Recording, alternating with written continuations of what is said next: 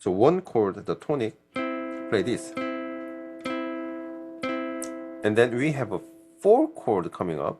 Just this F is what it really matters. And then when we have a 5, we have option. If we go up here, there's a 5.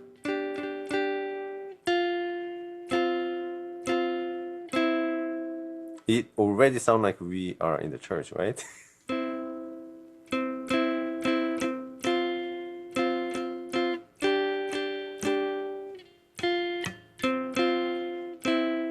It's Greg. So actually he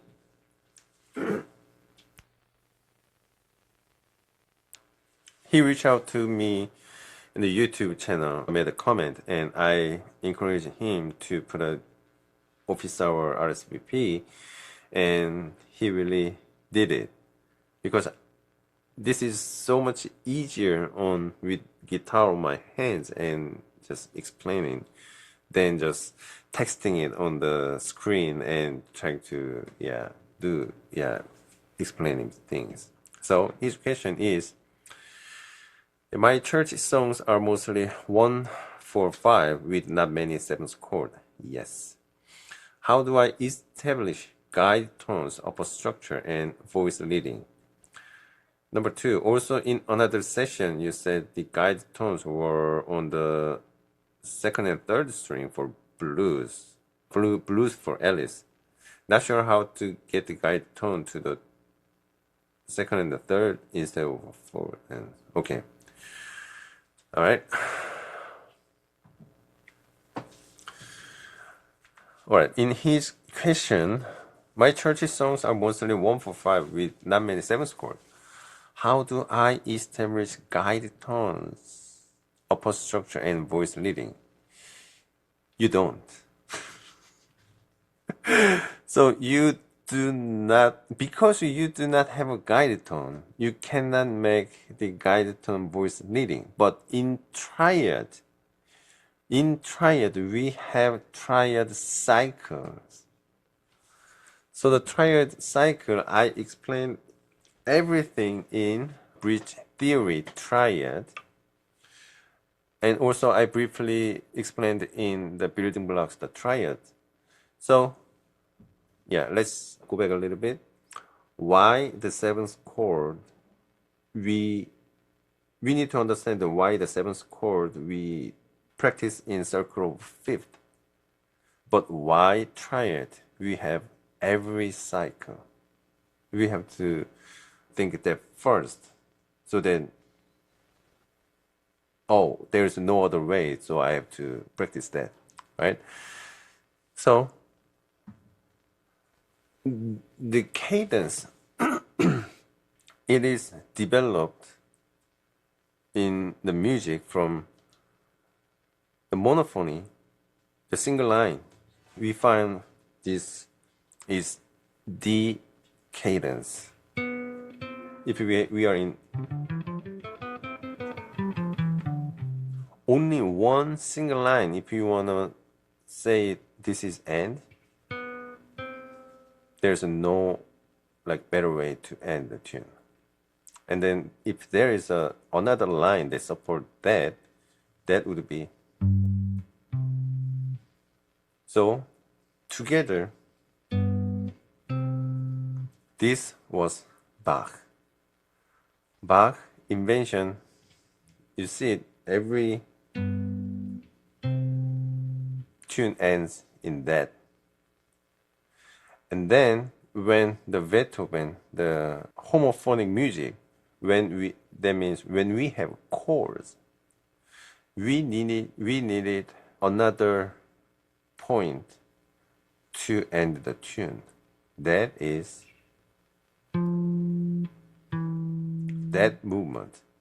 So that the 3 things put together, we have the G7, the shell voicing. So even in the classical music, only on the 5 chord, the G7 in the key of C, they use the seventh chord. So they knew this cadence point is really, really important. So in any other, like 1 chord, 2 chord, 3 chord, they used triad. But when we end the tune, the 5 goes to the 1, they use this 7th chord to end the tune. So we have the targeting the third. That is what the music of our era is all about, targeting the third. So this bass motion, we extended it, and with the 7th chord, that becomes the D minor 7 before the G7. But the D minor 7 in there, we have F major triad. So F major triad going to G to the 1, that is 4-5-1. The functionally, it is the same as the classical, the cadence 5-4-5-1. But in the jazz, we just extended this fifth motion one further with the 7th chord, the D minor 7, still the same function. F, G, 1. So in that manner, if we keep extending the fifth motion, the bass, and put the 7th chord with it, that makes a diatonic circle of fifth motion. If we're going backward, this is our 1 chord. So from here,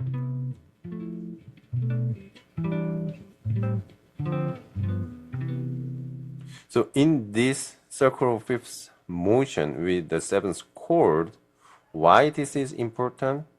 Like this landing point is happening every single chord.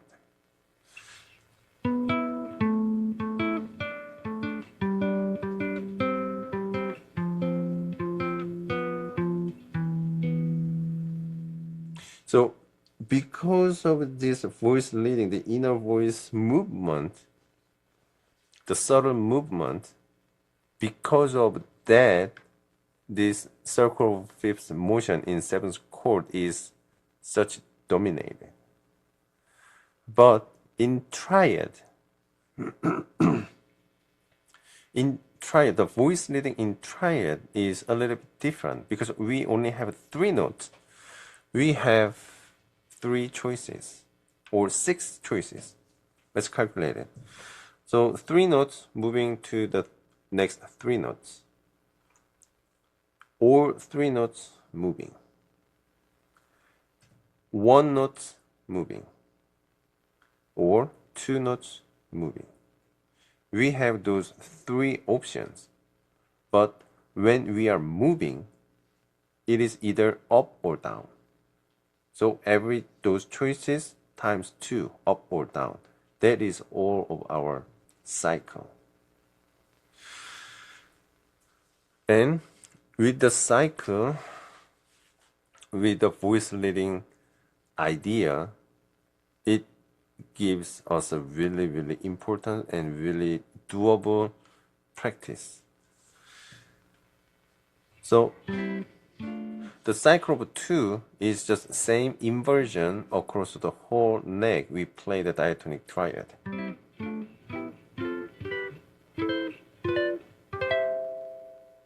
But then, what I just did is cycle of 2, which is play the 2 second degree up of the right now you are. So I play from the 1 chord, 2 degree up is D minor and E minor. So I did that. And then cycle of 7 would be play the chord the 7 degree up is from here, C, I played the C, then the next chord should be the B diminished. But then I don't really go up over here because this is not the voice leading. So what I should do is going down because that is the voice leading. So if I reverse, that would be the 7. So we have a pair, the 2 and the 7, and the 3 and the 6, and the 4 and the 5. So this triad cycle, the voice leading point is really useful in the church music, 145. Even not just the, the hymns, the old church songs, but the contemporary Christian music also, we can play them. And what is really good thing about that is the upper structure thinking, or even the substitution thinking is just make it much easier to play the church music. So let's say if we have 1 in the church music, then in the key of C, then that is that. But I bring different guitar. Let me see if I can make good distortion sound here. Yeah, this doesn't make it really good.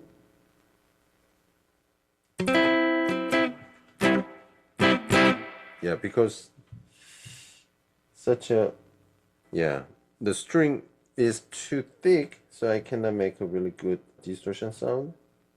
It will sound stupid. But do not play 3 notes whole triad. Just start with just two notes in the triad with the distortion sound. Makes a really good sound.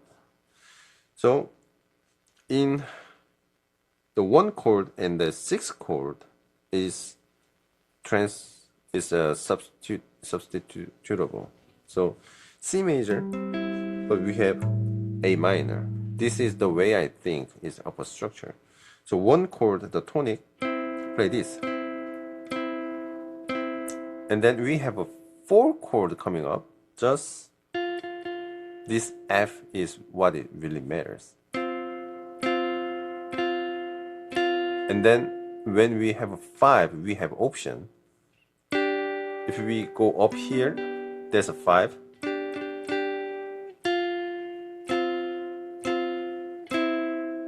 It already sounds like we are in the church, right?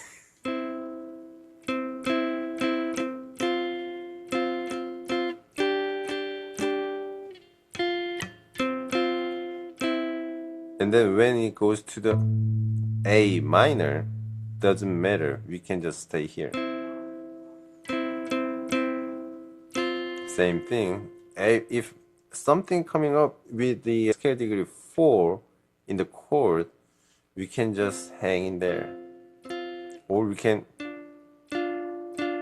go like this with the D minor, because you think this root, the D, would sound better, but we can still stay in there. In that moment, if we have just D minor chord, not the 7th chord, but still we can add this C note in there to make a 7th chord sound. It doesn't crash anything. So in that we can make it our own chord progression, or our own voice leading. This C is not part of a D minor triad, but we can play them. That is the key. And literally only this. And you see the 5-7, then we can, this is our guide tone, the G7. 5, 1, 4, 5, 1. Over here we have a C major over here too.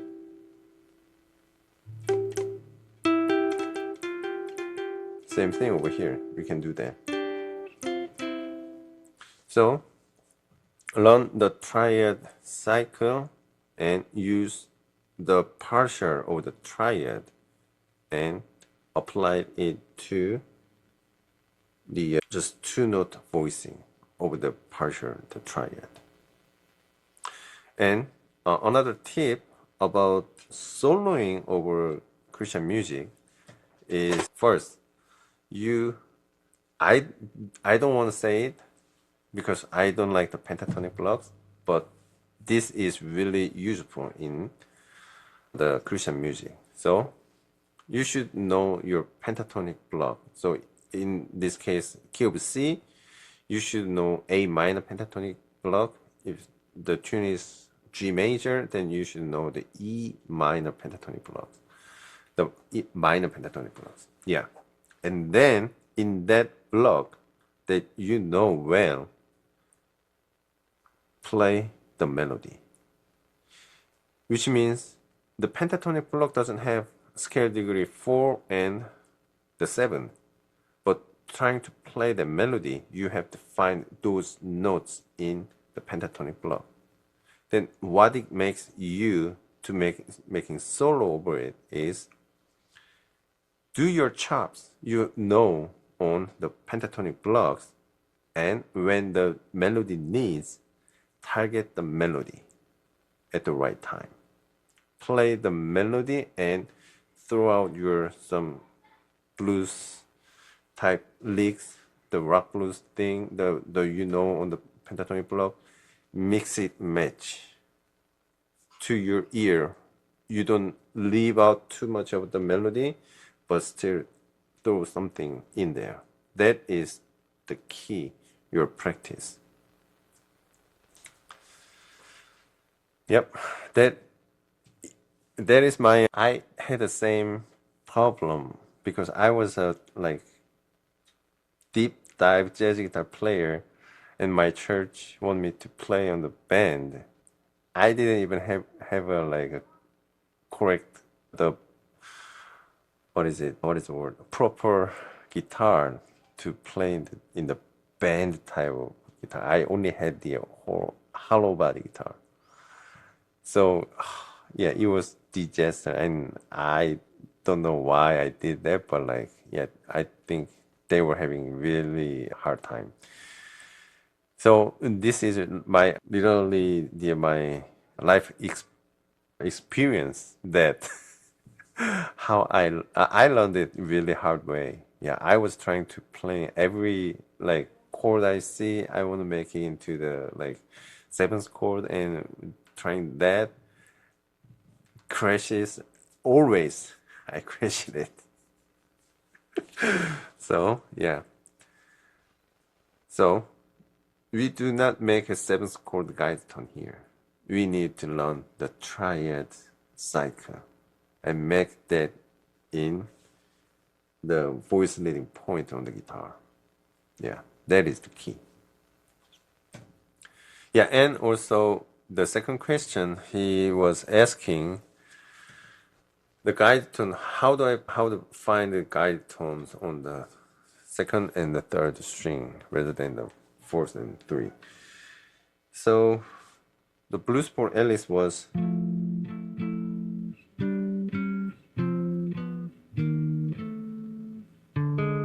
this is a B flat 7. So it's a fourth and the third.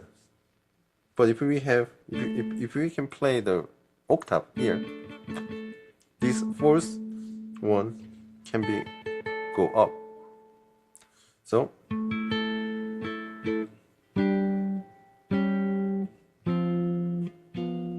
right, then we have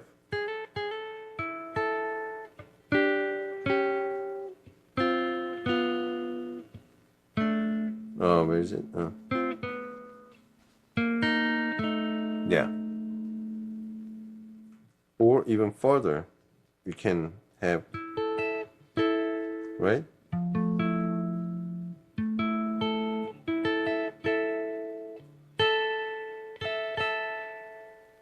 And then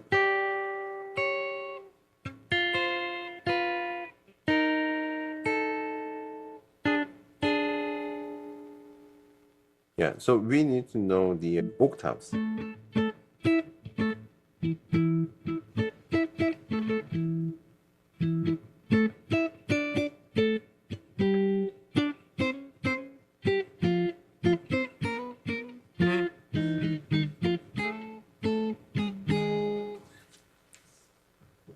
And that is how Wes was seeing it, because this way of him playing the octave,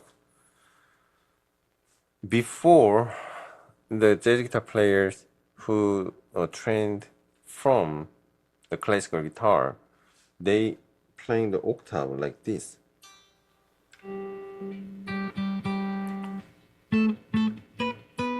And on the right hand, they were plucking like this.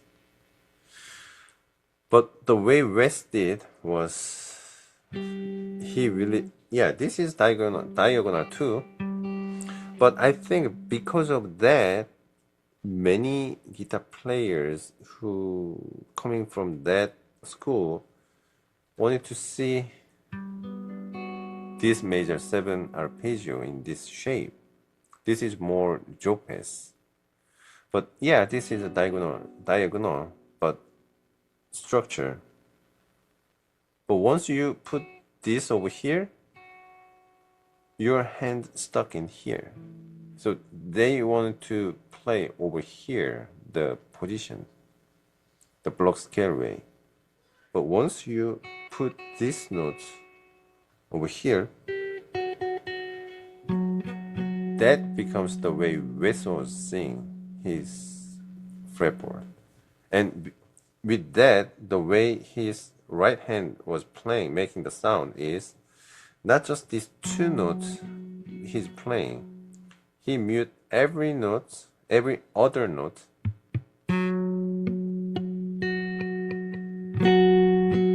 And he is just, he's making every sound from the guitar like that. But just pushing down these 2 notes. Not just, it's totally different sound.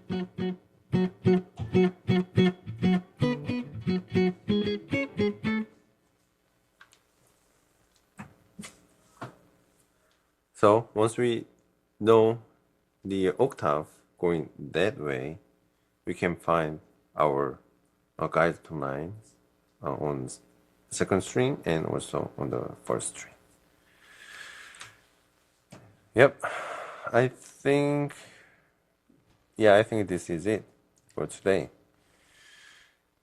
Yeah.